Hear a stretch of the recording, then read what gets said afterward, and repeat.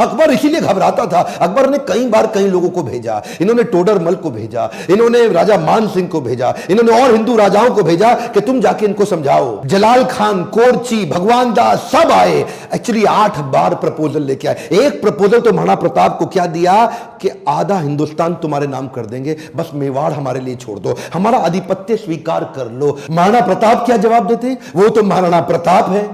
मारो मेवाड़ी सरदार, मेवाड़ी सरदार, नील घोड़ा अश्वार राणा, सुने तो जय जय। जिस पे दो धारी तलवार राणा, सुनता जाजो जी। मारो मेवाड़ी सरदार, नीले घोड़े रासरार। कितनी सुंदर लोकगीत है।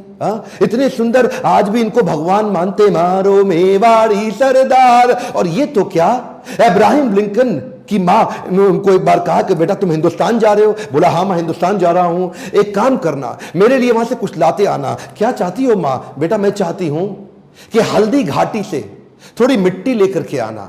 मैं महाराणा प्रताप आज भी उनको पूजनीय इसलिए मानती हूं क्योंकि वो राणा ने आधे देश के बदले, एक खमौन क्या, आधे देश के बदले अपना छोटा सा राज्य मेवाड़ बदले में अकबर को देने को तैयार नहीं हुआ। अकबर बोलते थे आधा देश तुझे दे दूंगा अगर तू केवल मेवाड़ मेरे लिए छोड़ दे। मेवाड़ स्ट्रैटेजिकली इतना इंपॉर्टेंट, लेकिन महाराणा प्रताप तो महाराणा प्रताप। मारो मेवाड़ी सरदार। हल्दी घाटी का युद्ध 1576 का, इतनी छोटी सेना होने के बावजूद महाराणा प्रताप स्ट्रैटेजिकली युद्ध को कैसे लड़े?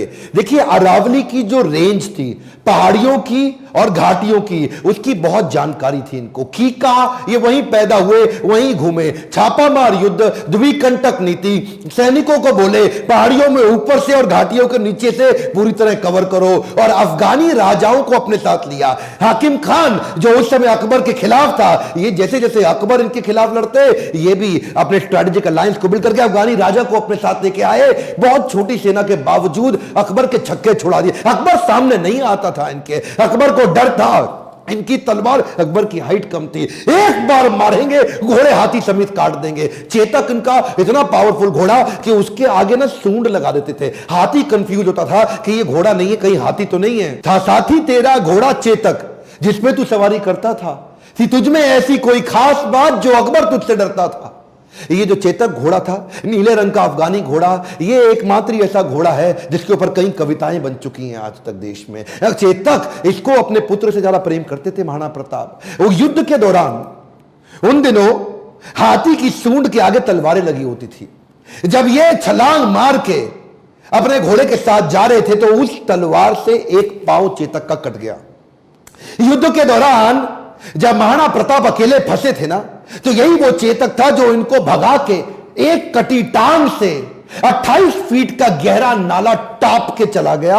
अपने राजा को पहले उसने बचाया और उस छलांग के कारण अपने प्राण त्याग दिए। और केवल चेतक ही नहीं, महाराणा प्रताप के पास एक हाथी भी था जिसका नाम था राम प्रसाद। राम प्रसाद की अहम भूमिका थी हल्दी घाटी के युद्ध में। इस रेख राम प्रसाद हाथी ने कम से कम 8 हाथी अकबर के खत्म कर दिए और कई घोड़े मार दिए। राम प्रसाद के आगे जो तलवार लगी थी वो बड़ी खूंखार थी। अकबर का पूरा फोकस था कि राम प्रसाद को किसी तरह अपने साथ ले जाऊं। अकबर ने 12 हाथियों का चक्रव्यूह बनाया और जो राणा प्रताप का राम प्रसाद हाथी, उसको कंट्रोल किया महावतों की मदद से और उसको किसी तरह अपने साथ ले गए बंदी बना के। ये राम प्रसाद, इस हाथी का बाद में नाम बदल के अकबर ने पीर रख दिया।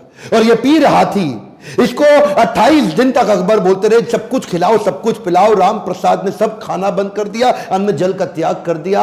अपने राणा प्रताप से बिछड़ने के दुख में वो ना कुछ खाया ना कुछ पिया। 28 दिन के बाद वो राम प्रसाद हाथी जो कमजोरी के कारण इसने अपना शरीर त्याग दिया। क्या बोला अकबर?